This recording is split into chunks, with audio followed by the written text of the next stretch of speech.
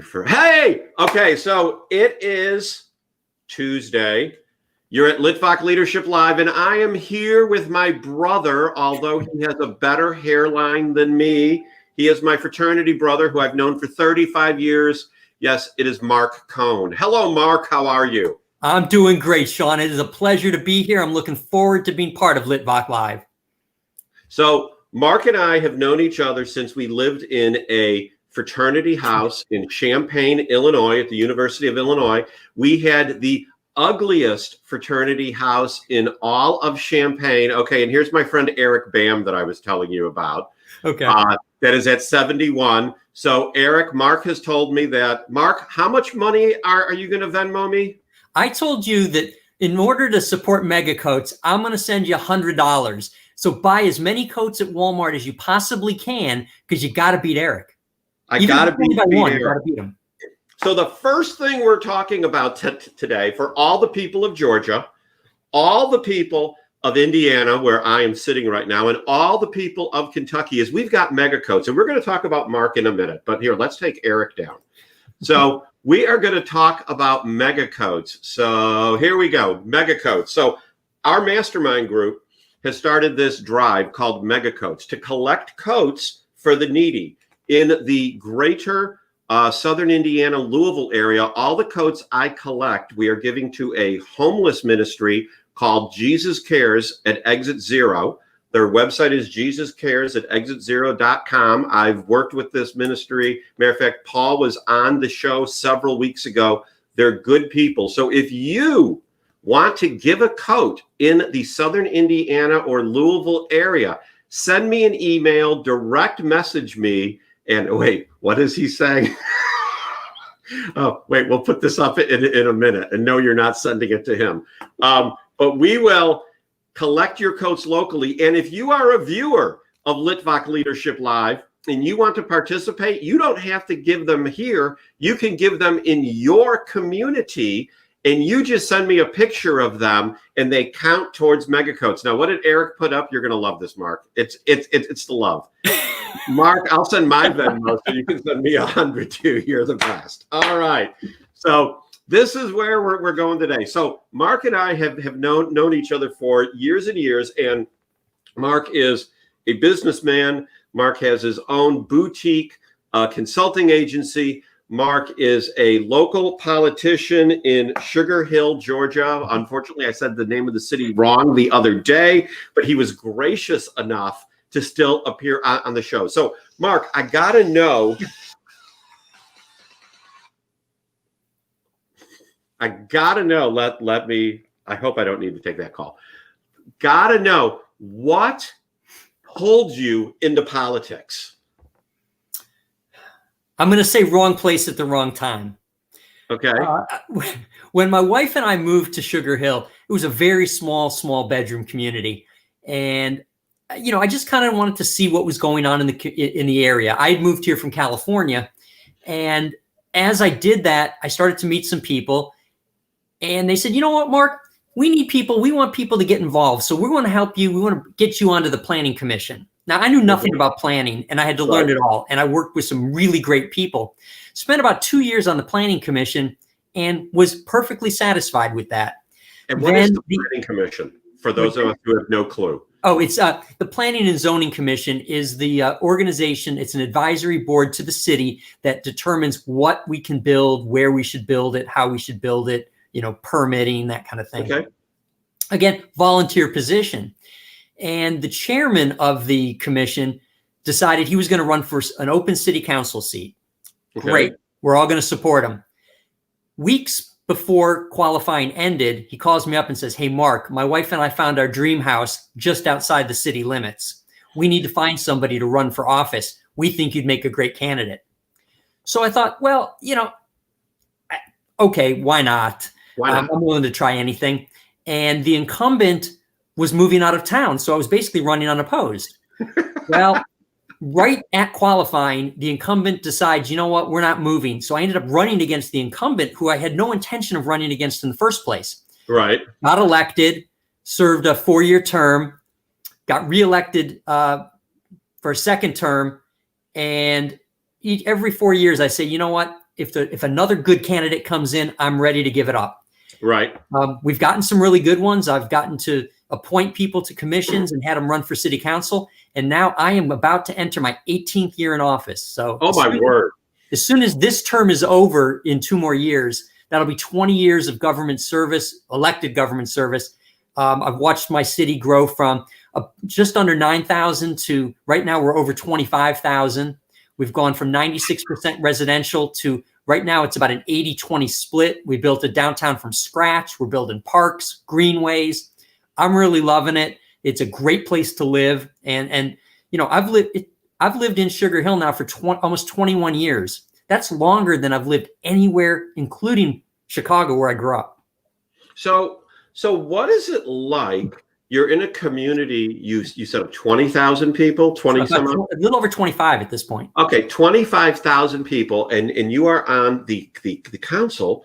I mean, what is it like seeing the growth in the community? How do you decide which projects to pursue? Because I'm sure there's some really cool things that you couldn't do, and there's things that you have to do. How do you balance all that? Yeah, I mean, really, it's about having people and voters in a community that trust you. It's about, I'm unopposed to codes. It's really about having constituents that follow your vision, that bring good ideas. It's having a mayor and council and city staff that are very supportive and say, you know what, we want to do big things. I mean, we want to maintain our small town feel, but we also want to bring things here that are going to draw and drive people to the city.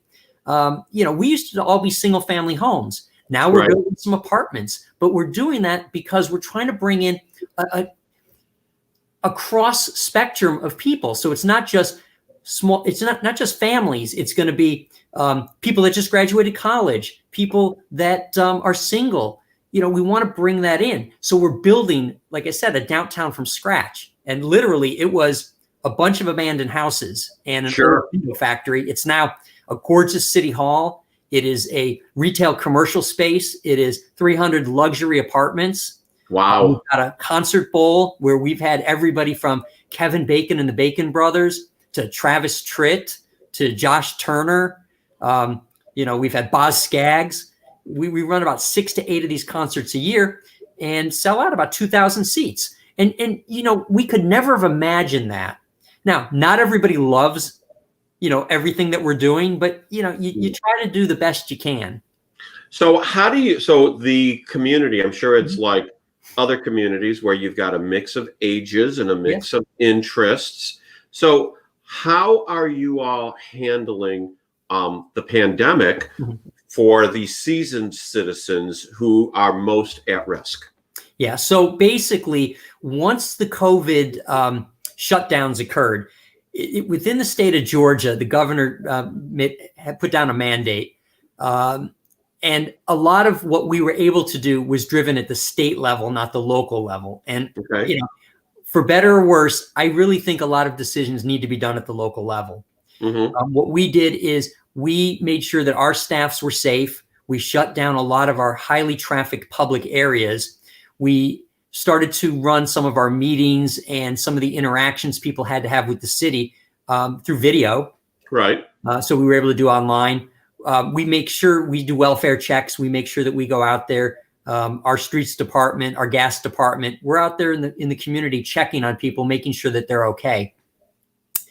You know, we enforce the things like the mask ban and the CDC guidelines. So that's really important. We also took a lot of our city services where people had to interface with customer service. We took it out of City Hall and we actually have a theater, and we put it into the theater. So now people could be separated at the ticket window. So their natural gas bills, things like that. So what do you find most rewarding about being involved in politics? Sure. You know, I don't consider myself a politician. I say I'm a legislator more than anything, because, you know, it's not about the games and it's not about power and it's not about, you know, what's in it for me. Everything I do is really for the residents and it's for the city, because this is a place that I want to live. I want to raise my family. I want to have neighbors that enjoy being here. I want to make sure that we're appealing to everybody. I mean, recreation is a huge thing. And I think that some of the best things that we've done are we're building greenways so people can walk and bike, and we can reduce our reliance on cars. We built concert venues. We built a theater. I'm big about the arts. I sit on our arts commission. I was one of the founding fathers of our arts commission. It's a small group, and we're gaining traction over time. But bringing arts to the community, it's important, because what makes a community? It's lots of different people with lots of different ideas, lots of different things that they like to do, and seeing building something from nothing, where there were vacant and abandoned houses, now is a thriving downtown. To me, that's one of my favorite things. Plus, I like interacting with our residents. We don't always agree, but you never will in government. But I hope that they realize that my heart is in the right place, and I'm trying to do the right thing by the citizens. So, looking at your biography on the government website, which is far more extensive than your one on LinkedIn. There you go. You're very humble when you say you're one of the founding fathers. It says here you were the founding chair of the Sugar Hill Arts Commission since 2014. So when you founded the Arts Commission, what did you see as a vacancy, and what did you see was going to be, okay, the first step, and where did you want to get to? Sure. So, like I said, back in those days, we were primarily residential. I mean, in the 96% residential. So you really can't do public art in a residential community. As we started to build our downtown, and as we started to shift that mix to about an 80-20, we're now able to enter into things like public-private partnerships, places where we can display art. Now, I am by no means an artist. My taste in art is vastly different than a lot of people's, but we wanted to be able to bring art into the community, put it into our buildings, have art shows, showcase local artists. We're working on public-private partnerships right now in some of our new construction to put in public art. So we're bringing in a grocery store. And part of the deal is they're going to put in a pad, a concrete pad lit with electricity, and we're going to put a sculpture up there, and we're going to bring the community in. In a number of our parks and our greenways, we're putting in things like public art. It's just, it calms the soul. So what exactly is a public-private partnership? How does that work? That's a great question. So you can do things two ways. You can have a private entity. So somebody builds a private structure, a private business, or owns private land and chooses to put something on that land. You can have a government entity, which is a public entity like a park or a city building, and we can choose to put art into that. That's public.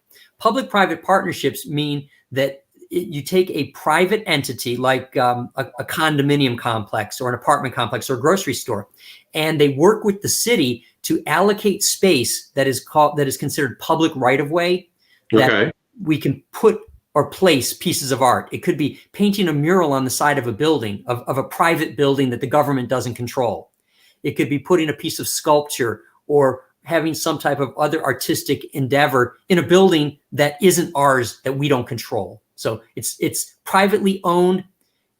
Think of a sculpture in an office building.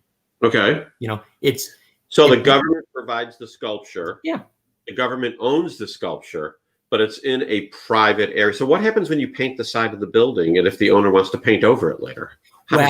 Yeah. So there's a lot of legal agreements that go into play. There's a lot of contracts. Yeah, we've got a lot of buildings where we've got some very talented artists who painted murals.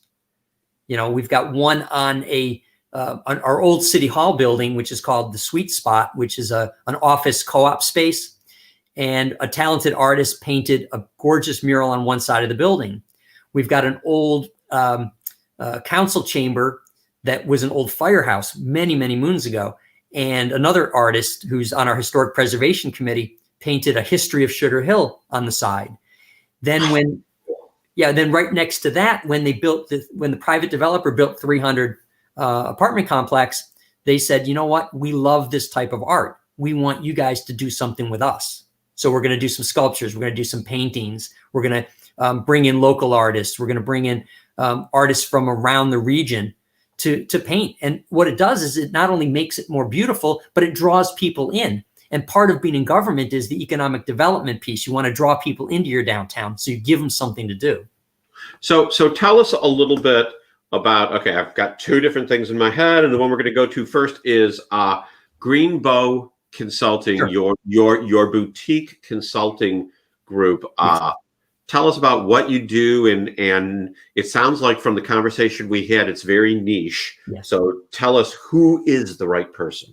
Sure. So GreenBow Consulting is a niche marketing and operations consulting firm. It's owned by my wife and I, and it's really aimed at going in and helping an organization that maybe doesn't have a full marketing department or is trying to figure out how to solve problems within their marketing infrastructure. They bring us in, we help guide them on the path, sometimes taking the role of an interim CMO or chief marketing officer. Okay. And who would be, is that where you're spending most of your time? Because it sounds like your passion sounds far more in government, or, I am not being a politician, but creating. I am passionate about a lot of things, and I love government, and I think it's a great thing. It's a means to an end. I'm doing it because I'm trying to make the area that I live in a better place for a lot of people. I'm looking forward to handing that off to somebody in a few years. We're putting people on commissions. We're getting people involved in the community. And when I came on to the council, we didn't have a lot of people who were really actively involved in the community because there weren't a lot of things for them to be actively involved in. Now with historic preservation committees, Broad Street Band, the Arts Commission, Women's Club, community gardens, economic recovery task forces, the Scouts, you name it, people are involved. So we're seeing more and more people getting involved in government. So when I hand that off, I'm really focusing on marketing and communications. The other neat thing that I get to do is, because I'm tied in with the community, I started a pseudo charity, and I call it a pseudo charity. Ask you about that next. Yeah. So I live in a large subdivision, and one day in March, when COVID first started shutting down businesses, a neighbor and I were talking as we're walking our dogs, and the topic came up. One of our other neighbors works in an emergency room, and they were working so many hours because COVID was so unknown back then that they needed a way to feed the nurses and the doctors and the orderlies and everything else. So they said, "Hey, Mark, would you be willing to chip in some money?" I said, "Absolutely, we'll chip in some money. I'll get them some pizzas." Mm-hmm. So we fed about 60 people in an ER. And I put it out on our Facebook page in the subdivision, and my neighbor said, "Sure, here's $5, $10, whatever it is." Well, the next thing I know, here's $100, here's $200, and we started to build up this nice nest egg. And we went to every hospital, every medical practice, every school, the police department, the fire department, the two local grocery stores, Publix and Kroger, anywhere where there were people who were on the front lines that needed something. We provided for them. We fed them. We gave them snacks. We took care of our trash haulers with, at the time it was Advanced Disposal. Now it's Waste. Now they're owned by Waste Management. Sure. We went to each of our schools to make sure they had the supplies they needed to teach classes, to keep everybody safe. We've given gift cards to individuals, to families who, have been severely affected. They might have lost a job. Coats. We're doing a pajama drive right now for foster children. We're doing angel trees, and every time I just put out an idea, money comes in. It's a good thing. It's a really good thing. So it allows me to say, on behalf of Wild Timber Cares, we're going to make $100 donation to Mega Coats so you can go and shop at Walmart or wherever you're going to go and buy a bunch of coats, because you're going to beat Eric. You're going to beat them. I'm telling you. Yeah. We're going to win. We're going to win this. It was originally supposed to be 24 coats from the 24 of us each by the 24th. But we decided to extend it to the first of the year because we've all gotten so many coats, and the need is great. So How do you balance all your time? I mean, you've got a lot of fires burning, and there is a philosophy of learning how to say no, but it sounds like you say yes, yes, and oh yes, give me more to every single person that comes to you. My dad was a very wise man. My dad was very busy, very active in the community, very active in charities.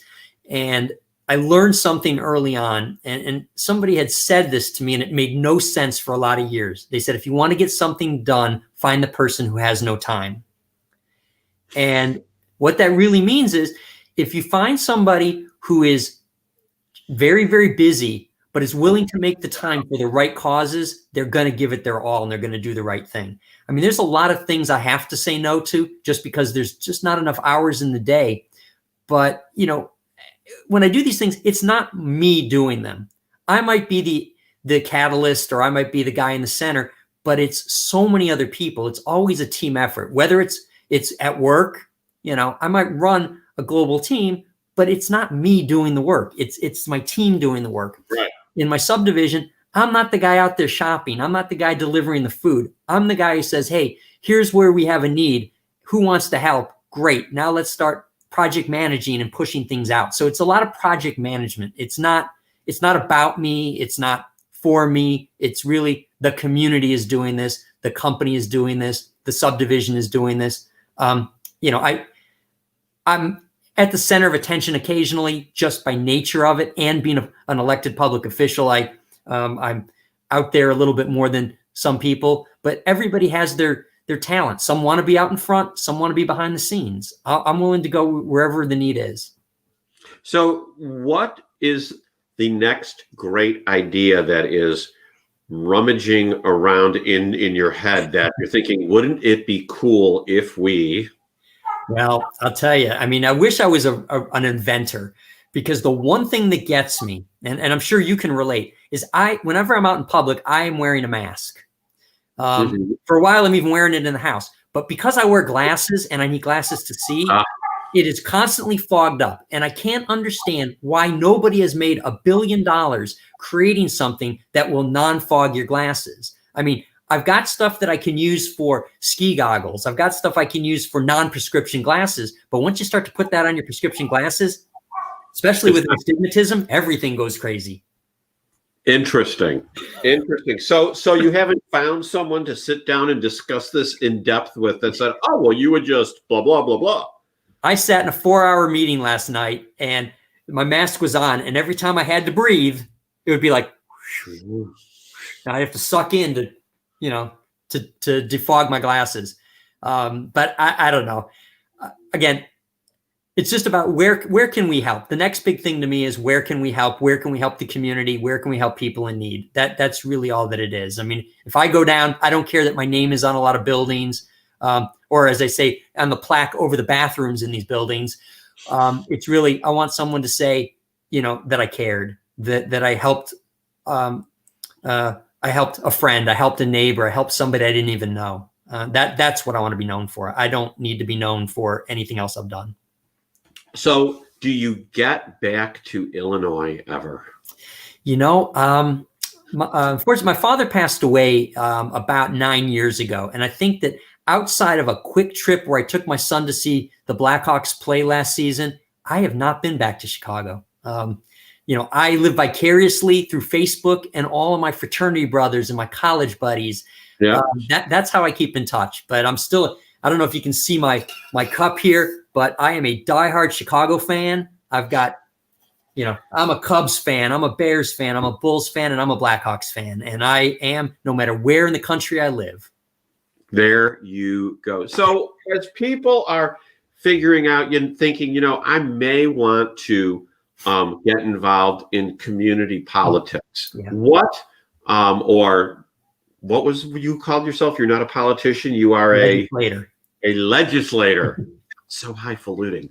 So if they want to get involved in local legislation, what advice do you have for them? Yeah, the one thing that I noticed that we really don't see a lot of, and we really need to see more, is go to meetings. You don't have to know what's going on. You just have to come in there and sit. because after a while, you're going to listen and you're going to figure out what's happening. And people are going to ask questions, and you might ask questions. Send a note to your elected officials. I mean, I tell people, here's my cell phone number. Here's my email address. Call me. I'll respond. If you don't know an answer or you've got a question, if I will try to answer it, or I will get you that answer. That's the way you do it. What I really hate is when somebody says, I don't like what you're doing, but I never complain about it, and I'm going to run for office and get the bums out. And then they run for office and they get decimated.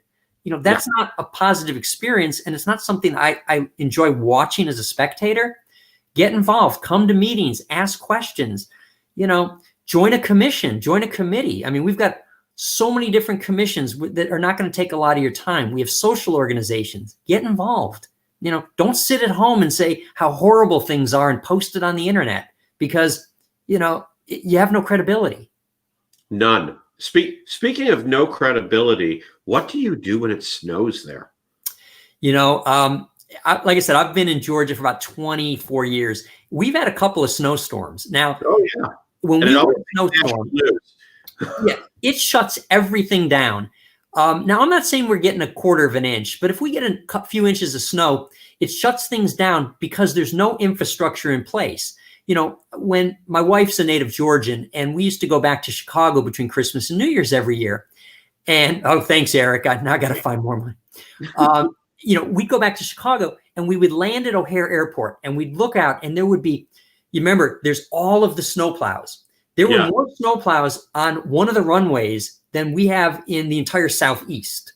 Yeah. And, that's what makes it tough. So people always complain when it snows, the schools have to close.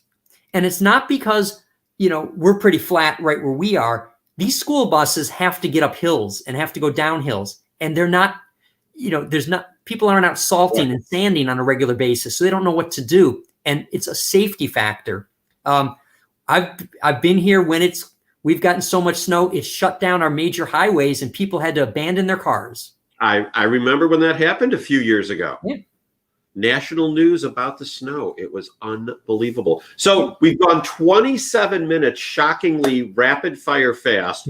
This is the part of the show where I hand it over to you and you say something to make a lasting impression on the audience, something to encourage them as they head out into the rest of their day. Sure. Go.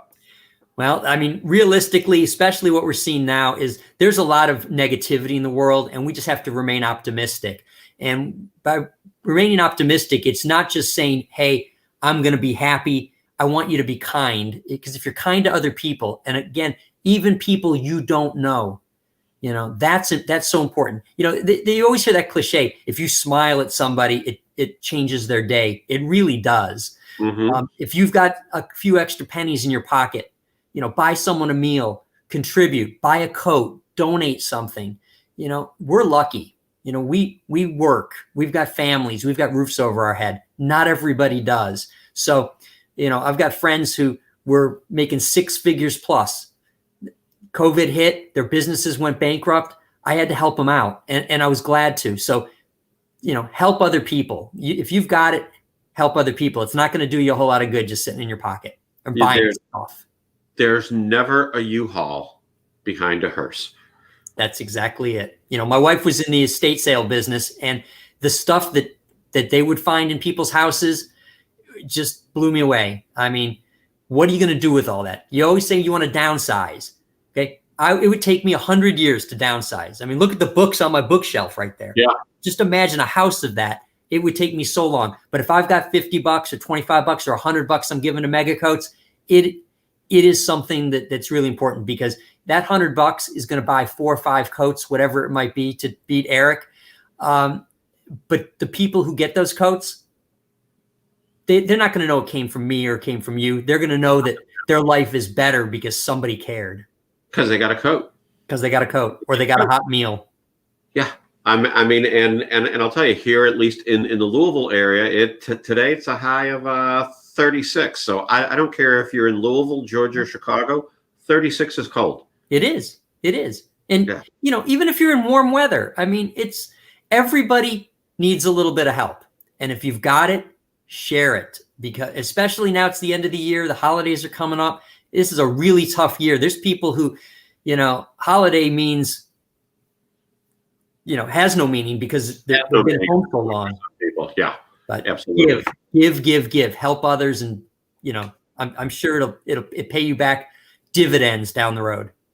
So, ladies and gentlemen, this is my fraternity brother, longtime friend, Marc Cohen. Marc, thank you so much. Hey, Sean, this was a lot of fun. I really appreciate it. Thanks for having me on. I am so glad to have you here. And everyone, that's Litvak Leadership for today, Tuesday. Enjoy the day.